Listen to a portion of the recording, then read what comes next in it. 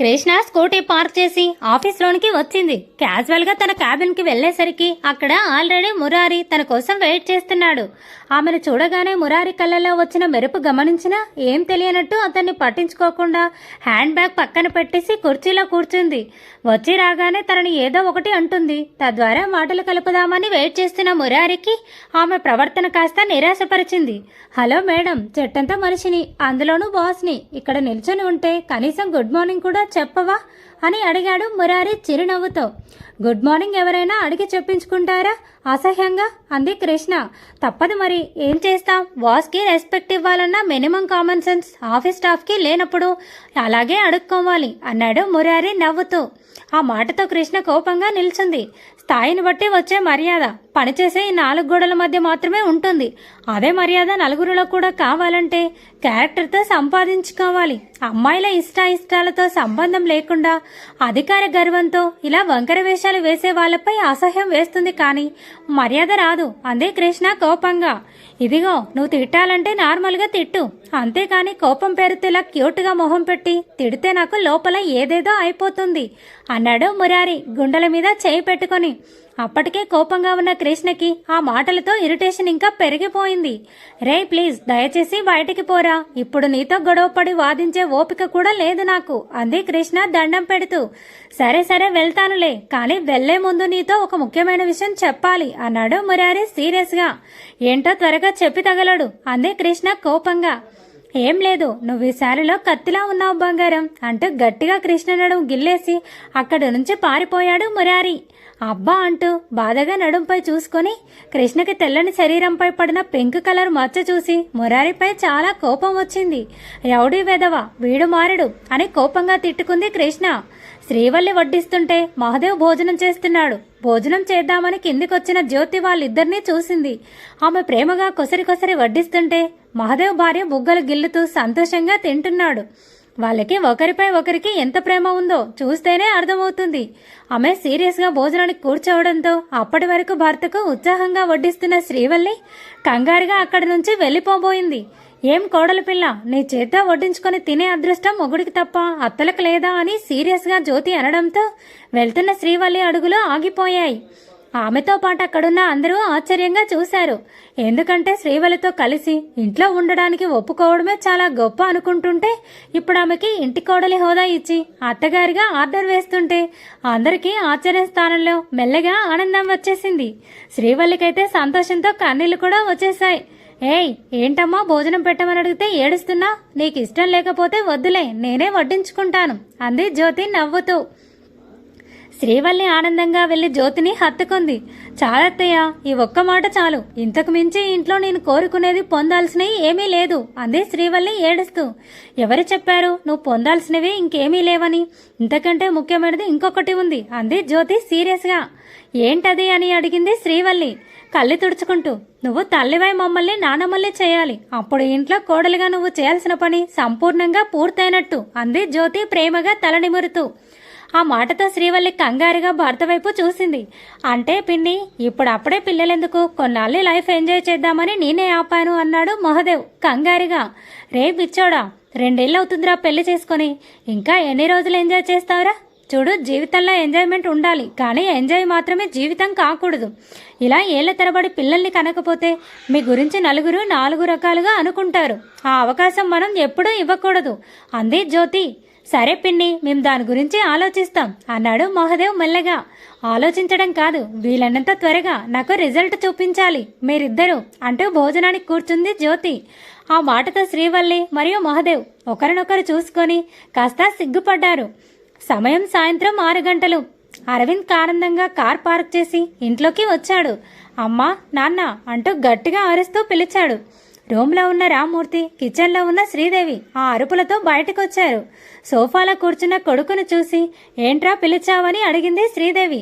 అరవింద్ సమాధానం చెప్పకుండా తన ఫోన్లో ఉన్న కృష్ణ ఫోటోను ఎదురుగా ఉన్న గ్లాస్ టేబుల్పై పెట్టాడు. ఎవర్రా అమ్మాయి, మళ్ళీ ఏ ఘనకార్యం చేసుకొచ్చావురా నువ్వు అని అడిగాడు రామ్మూర్తి అనుమానంగా. ఈసారి ఘనకార్యం కాదు, శుభకార్యంకి ఏర్పాట్లు చేసుకొచ్చాను. ఇదిగో ఈ అమ్మాయిని నేను ఇష్టపడుతున్నాను, తనకి తన ఫ్యామిలీకి కూడా నేను బాగా నచ్చాను.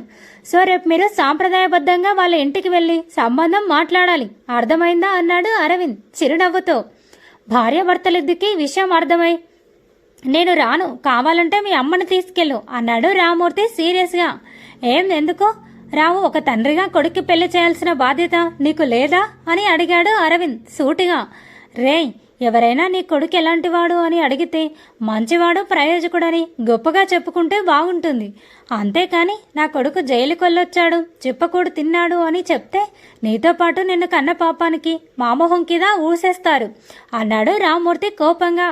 తండ్రి మాటలకు అరవింద్కి కోపం వచ్చినా అవసరం తనది కాబట్టి సర్ది చెప్పుకున్నాడు. మై డియర్ డాడీ, ఇలాంటి సిచ్యువేషన్లో ఉపయోగించుకోవడానికి దేవుడు అబద్ధం అనే ఒక ఆప్షన్ ఇచ్చాడు. దాన్ని ఇప్పటి వరకు చాలామంది చాలా రకాలుగా వాడుకున్నారు. ఇప్పుడు మనం కూడా వాడుకుందాం అన్నాడు అరవింద్ సీరియస్గా. అంటే ఏంట్రా, నువ్వు ఎలాంటి వాడివో అన్న నిజాన్ని దాచేసి చూస్తూ చూస్తూ ఒక ఆడపిల్లకి అన్యాయం చేయాలా అని అడిగింది శ్రీదేవి ఆశ్చర్యంగా. తప్పేముందమ్మా, 100 అబద్ధాలు ఆడైనా ఒక పెళ్లి చేయాలంటారు. అలాంటిది కన్న కొడుకు పెళ్లి కోసం ఒక 4 అబద్ధాలు చెప్పలేరా అని అడిగాడు అరవింద్. రేయ్, అబద్ధం అనేది కంటికి కనిపించిన ఒక పదునైన ఆయుధం లాంటిదిరా. దాన్ని అత్యవసరమైతే సమస్య గురించి బయటపడడానికి వాడుకోవాలి, కానీ స్వార్థంతో ఇష్టం వచ్చినట్టు వాడేస్తే ఆ కత్తి తిరిగి మనకే గుచ్చుకుంటుంది. ఒక్కసారి నువ్వు బాగుపడతానంటే నమ్మి బెంగళూరు పంపిస్తేనే ఒక ఆడపిల్ల జీవితానికి అన్యాయం చేసి మమ్మల్ని 10 మందిలో తలెత్తుకోకుండా చేశావు. మళ్ళీ ఇంకొకసారి నిన్ను నమ్మి అవమానాల పాలయ్యేంత ఓపిక ఈ తండ్రికి లేదురా. ఐఎమ్ సారీ అంటూ వెళ్ళబోయాడు రామ్మూర్తి. అరే ఏంటి నాన్న, నువ్వు ఖైదీలకు కూడా మారడానికి ఒక అవకాశం ఇస్తారు. అటువంటిది నేను మీ కన్న కొడుకుని నా కోసం ఇంకొక అవకాశం ఇవ్వలేరా? మీరు అనుకున్నట్టు ఈసారి నేను మళ్ళీ తప్పు చేయట్లేదు. పెళ్లి చేస్తే బుద్ధిగా నా పెళ్లంతో కాపురం చేసుకుంటాను, కావాలంటే నీ మీద ఒట్టు అని అడిగాడు అరవింద్. రాక్షసుడైన ఒక తల్లికి కొడుకే కదా. అలాగే అరవింద్ గతంలో ఎన్ని తప్పులు చేసినా అతను అంత ఆశగా అడిగేసరికి శ్రీదేవి తల్లి మనసు తట్టుకోలేకపోయింది. ఏమండి, ఎంత కాదన్నా వాడు మన కొడుకు, మారుతాను అంటున్నాడుగా, ఈ ఒక్కసారికి వాడికి అవకాశం ఇద్దామండి అని అడిగింది శ్రీదేవి ఆశగా. చింత చచ్చిన నీలో పులుపు చావదుగా. సరే కానివ్వండి, మీ ఇష్టం, అలాగే వెళ్దాం. కానీ నీ కొడుకును ఒక విషయం గుర్తుపెట్టుకోమ్మను. ఈసారి కనుక వాడి వలన మనం తలదించుకునే పరిస్థితి వస్తే వాడు చూసేది వాడి తండ్రి శవాన్నే. జాగ్రత్త అంటూ కోపంగా వెళ్లిపోయాడు రామ్మూర్తి. తండ్రి ఒప్పుకోవడంతో అరవింద్ సంతోషంగా కృష్ణకు ఫోన్ చేశాడు. ల్యాప్టాప్లో వర్క్ చేసుకుంటున్న కృష్ణ రింగ్ అవుతున్న ఫోన్ లిఫ్ట్ చేసింది. హలో కృష్ణ గారు, నేను అరవింద్ని. మా ఇంట్లో వాళ్ళతో మాట్లాడాను, రేపు సంబంధం మాట్లాడడానికి వస్తున్నాం అన్నాడు అరవింద్ ఉత్సాహంగా. అరవింద్ వాయిస్ వినగానే కృష్ణ మనసు బాధగా అయిపోయింది. మెల్లగా తన క్యాబిన్లో ఎవరితోనో మాట్లాడుతున్న మురారి వైపు చూసింది. ఎందుకో నా మనసు ఈ పెళ్లికి ఒప్పుకోవట్లేదు, కానీ తప్పదు. ముకుంద లైఫ్ బాగుండాలి అంటే నేను మురారి లైఫ్లో ఉండకూడదు అని తనకు తాను ధైర్యం చెప్పుకుంది కృష్ణ. హలో కృష్ణ గారు, ఉన్నారా? ఏంటండి మాట్లాడరు అంటూ కంగారుగా అడిగాడు అరవింద్. ఏం లేదు, మీరు రండి, నేను రెడీగా ఉంటాను అంటూ ఫోన్ పెట్టేసింది కృష్ణ. యాహూ, ఈ అరవింద్ గాడి పంట పండింది అనుకున్నాడు అరవింద్ సంతోషంగా. కృష్ణ వాష్రూమ్కి వెళ్ళి కన్నీళ్లతో బాధగా అయిపోయినా తన మొహాన్ని వాష్ చేసుకుని కర్చీఫ్తో తుడుచుకొని బయటకు వచ్చింది. తను బాధపడుతున్నట్టు బయటికి కనబడనీయకుండా మొహంలో సీరియస్నెస్ మెయింటైన్ చేస్తూ మురారి క్యాబిన్ దగ్గరికి వెళ్ళి మే కమిన్ సార్ అని అడిగింది కృష్ణ. ఎస్ కమిన్ అంటూ తలెత్తి చూసిన ఆమెను చూసి ఉత్సాహంగా నిలుచున్నాడు. కొంపతీసి ఉదయం నడుము గిల్లినందుకు తిట్టడానికి వచ్చిందా? చా, అదేం అయ్యుండదులే. ఒకవేళ తిట్టాలనుకుంటే అప్పుడే తిట్టేసేదిగా అని తనకు తాను సర్ది చెప్పుకున్నాడు మురారి. ఎక్స్క్యూజ్ మీ సార్ అని పిలవడంతో మురారి ఆలోచన నుంచి బయటకు వచ్చాడు. Yes, what do you want అని అడిగాడు మురారి సీరియస్గా. ఒక ముఖ్యమైన పనుంది, అందువల్ల రేపు నాకు లీవ్ కావాలి అని అడిగింది కృష్ణ సీరియస్గా చూస్తూ. ఉదయం కూడా ఇలాగే ఇంపార్టెంట్ వర్క్ అని చెప్పి ఆలస్యంగా వచ్చింది. ఇప్పుడేమో ఏకంగా లీవ్ అడుగుతుంది. చూస్తుంటే నాకు తెలియకుండా ఈ రాక్షసి ఏదో చేస్తుంది, అదేంటో తెలుసుకోవాలి అనుకున్నాడు మురారి. ప్రతిసారి ముఖ్యమైన పని అంటే సరిపోదు, అదేంటో వివరంగా చెప్తే లీవ్ ఇవ్వాలా వద్దా అని నేను ఆలోచిస్తాను అన్నాడు మురారి సూటిగా చూస్తూ. తన నుంచి నిజం రాబట్టాలని ట్రై చేస్తున్నాడు అన్న విషయం కృష్ణకు సులభంగానే అర్థమైంది. చూడు, లేడీస్ అన్నాక లైఫ్లో బయటకు చెప్పుకోలేని పనులు చాలా ఉంటాయి. ఇలా ప్రతిదీ గుచ్చి అడిగితే వివరంగా చెప్పలేం. అయినా నేనేమీ ఊరికే లీవ్ పెట్టట్లేదు. ఇప్పుడు అత్యవసరం కాబట్టి అడుగుతున్నాను అంది కృష్ణ కోపంగా. ఇది నా దగ్గర నిజం దాచడానికి మ్యాక్సిమం ట్రై చేస్తుంది. అంటే అసలు విషయం ఏదో పెద్దదే అయి ఉంటుంది. ఇప్పుడు ఫోర్స్ చేసి అడిగినా చెప్తుందని నమ్మకం లేదు కాబట్టి ఇప్పటికి లీవ్ ఇచ్చేయడమే బెటర్ అనుకుని సరే లీవ్ తీసుకొని చెప్పేశాడు మురారి. దాంతో థ్యాంక్స్ చెప్పి కృష్ణ అక్కడి నుంచి వెళ్ళిపోయింది. రేపు పొద్దున్న అది నిద్ర లేవడం కంటే ముందు నేను వాళ్ళ ఇంట్లో ఉంటాను. నాకు తెలియకుండా అది చేస్తున్న ముఖ్యమైన పనేంటో నేనే స్వయంగా తెలుసుకుంటాను అనుకున్నాడు మురారి సీరియస్గా. అర్జున్ అండ్ అమూల్య తమ వర్క్ అయిపోవడంతో క్యాబిన్ బయటకు. అప్పుడే ముకుంద కూడా తన డాక్టర్ కోట్ తీస్తూ బయటకు వచ్చింది. ముకుంద ఇంటికేగా పద అన్నాడు అర్జున్ చిరునవ్వుతో. లేదర్జున్, నాకు కొంచెం టైం పడుతుంది, మీరు వెళ్ళండి అంది ముకుంద. సరే అయితే నేను క్యాబ్లో వెళ్ళిపోతాను, నువ్వు మన కారులో వచ్చేసేయ్ అన్నాడు అర్జున్. హలో సార్, పక్కన నేనుండగా నువ్వు క్యాబ్లో వెళ్తానంటే ఒప్పుకుంటానా? నా కారులో నిన్ను డ్రాప్ చేసి నేను ఇంటికి వెళ్తాను పద అంటూ చెయ్యి పట్టుకుని లాక్కెళ్ళిపోయింది అమూల్య నవ్వుతూ. అప్పటి వరకు గమనించలేదు కానీ అమూల్యను చూడగానే ఏదో విషయం గుర్తుకొచ్చినట్టుగా కంగారుగా తిరిగి తన క్యాబిన్కి పరిగెత్తాడు అర్జున్. ఉన్నట్టుండి ఎందుకలా వెళ్లాడో అర్థం కాక అమూల్య తన కారులో వెయిట్ చేయసాగింది. కాసేపటికి అర్జున్ బయటకొచ్చి కార్ స్టార్ట్ చేయమన్నాడు. అమూల్య ఆనందంగా కార్ స్టార్ట్ చేసింది. కొంత దూరం వెళ్ళాక ఎవరూ లేని నిర్మానుష్యమైన రోడ్డు పక్కన కారు ఆపమన్నాడు అర్జున్. ఎందుకు అంటూ పక్కన ఉన్న ఒక పూల చెట్టు కింద కారు ఆపింది అమూల్య. ఒకసారి దిగు అంటూ అర్జున్ కూడా కిందికి దిగాడు. ఏమైందిరా నీకు అంటూ అమూల్య అయోమయంగా చూస్తూ దిగింది. చుట్టూ ఎవరూ లేరని గమనించి తన జేబులో దాచిన గోల్డ్ చైన్ తీసి చూపించాడు అర్జున్ చిరునవ్వుతో. అది చూసి అమూల్య షాక్ అయింది.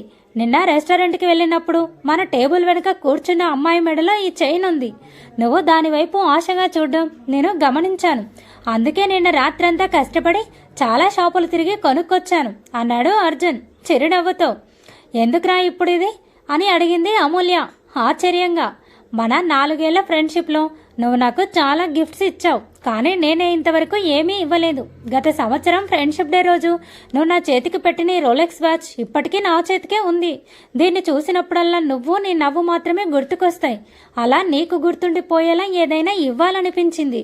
ఏమి ఇవ్వాలా అని ఆలోచిస్తుంటే నిన్న నువ్వే ఆప్షన్ చూపించావు అన్నాడు అర్జున్ ప్రేమగా. అర్జున్ తన స్నేహాన్ని తన జ్ఞాపకాలను గుర్తుంచుకోవడమే కాదు, తన మనసులో ఉన్న ఆశ నోరు తెరిచి చెప్పకపోయినా తెలుసుకొని మరీ తీసుకొచ్చాడు. ఆ క్షణం ఆనందంతో మనసంతా పులకించిపోయింది అమూల్యకి. సరే అటు తిరుగు, ఈ చైన్ నీ మెడలో వేస్తాను అన్నాడు అర్జున్ నవ్వుతూ. మరోసారి ఆశ్చర్యపోవడం అమూల్య వంతైంది. ఏంటి నువ్వు నీ చేత్తో అది నా మెడలో వేస్తావా అని అడిగింది అమూల్య నమ్మలేనట్టుగా. ఏం నేను వేస్తే వేయించుకోవా అని అడిగాడు అర్జున్ నవ్వుతూ. నాకు అంతటి అదృష్టం వస్తుందంటే ఎందుకు కాదనుకుంటాను అంటూ ఆనందంగా వెనక్కి తిరిగింది అమూల్య. అర్జున్ కూడా చిరునవ్వుతో ఆ చైన్ అమూల్య మెడలో వేశాడు. దేవుడా, ఇలాగే ఇదే చేత్తో ఆ 3 ముళ్ళు కూడా వీడే వేసేలా చూడు స్వామి అని మనసులో మొక్కుకుంది అమూల్య. తదాస్తు అన్నట్టుగా పైనుంచి ఒక పువ్వు రాలి అమూల్య చేతిలో పడింది. కళ్ళు తెరిచి చూసి ఆనందంతో మనసు ఉబ్బి తబ్బిపోయిపోయి ఆ పువ్వు మురిపంగా చూసింది అమూల్య. ఓకే అయిపోయింది అంటూ ఆమెను ముందుకు తిప్పిన అర్జున్ చేతిలో ఉన్న పువ్వు చూశాడు. ఓహో, ఇది కూడా ఉందా, అయితే నా చేతితోనే దీన్ని కూడా జడలో పెట్టేస్తాను అంటూ ఉత్సాహంగా ఆ పువ్వు తీసి అమూల్య జడలో తరిమేశాడు అర్జున్. ఆ తర్వాత ఇద్దరు సంతోషంగా కారులో ఇంటికి బయలుదేరారు. అమూల్య మెడలో ఉన్న చైన్, జడలో ఉన్న పువ్వు, ఇంకా పక్కనే ఉన్న అర్జున్, ఇలా 3 పదే చూస్తూ మురిసిపోయింది. ఒసే అమ్ము, ఒకేసారి పట్టనంత సంతోషం వచ్చేసింది. ఇక నీకు రాత్రికి నిద్ర పట్టలేదేమో అనుకుంది అమూల్య నవ్వుకుంటూ. Thanks for watching. Please subscribe my channel for more videos.